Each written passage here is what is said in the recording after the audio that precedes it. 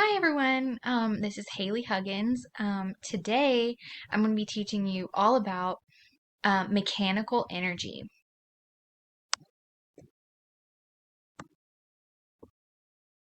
So, why are we learning about mechanical energy?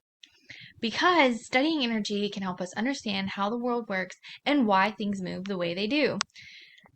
We're also learning about mechanical energy because there's two different types, and it can be harder to understand than other forms of energy because there are two types. So we're going to go in and break each type down and give examples. So the first type of mechanical energy is called potential energy. And potential energy means the energy that's held by an object based on its position. So the first example that I have that we're going to use throughout the video is this man you see on the left pulling back the arrow on a bow and arrow. So when the man pulls the arrow back, he's using his energy to pull the arrow back. And while he's holding it in this fixed position pulled back, that arrow is holding all the energy that he used to pull it back. It's not moving, it's staying in this one place. So you can think about it as it has the potential to move, but it hasn't moved yet. So it's just based on a single position in space. So he's holding the arrow pulled back and it's staying in one place in its fixed position and it's holding all of this energy that the man has used to pull it back. Another quick example I have is on the right side of the screen, you can see this car sitting at the top of the hill. It's used all this energy to make its way up the hill.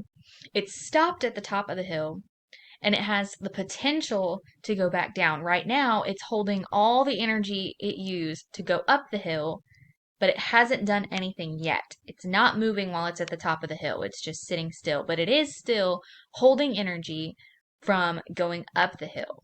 So this is all called potential energy. It's based on an object's position.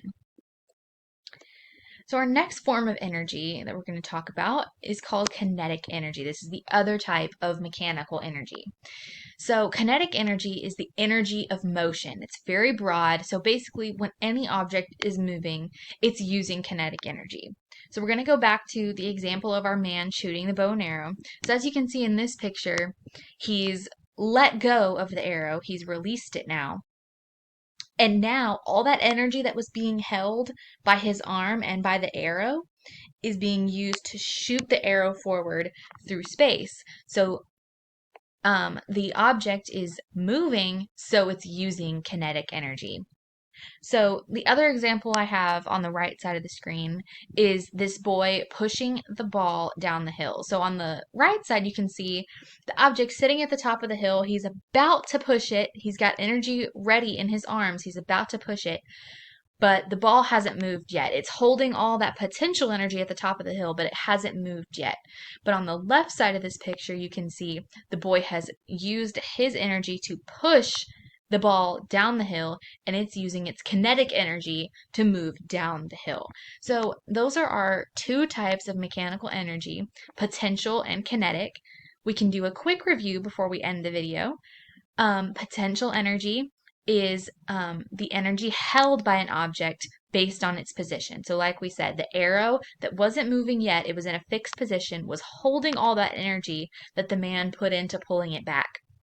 Kinetic energy is our other type, and it's the energy of motion. So anything that's moving is using kinetic energy. So I hope you enjoyed this video. I hope it was helpful. So thanks for watching, and I hope you learned a lot about mechanical energy.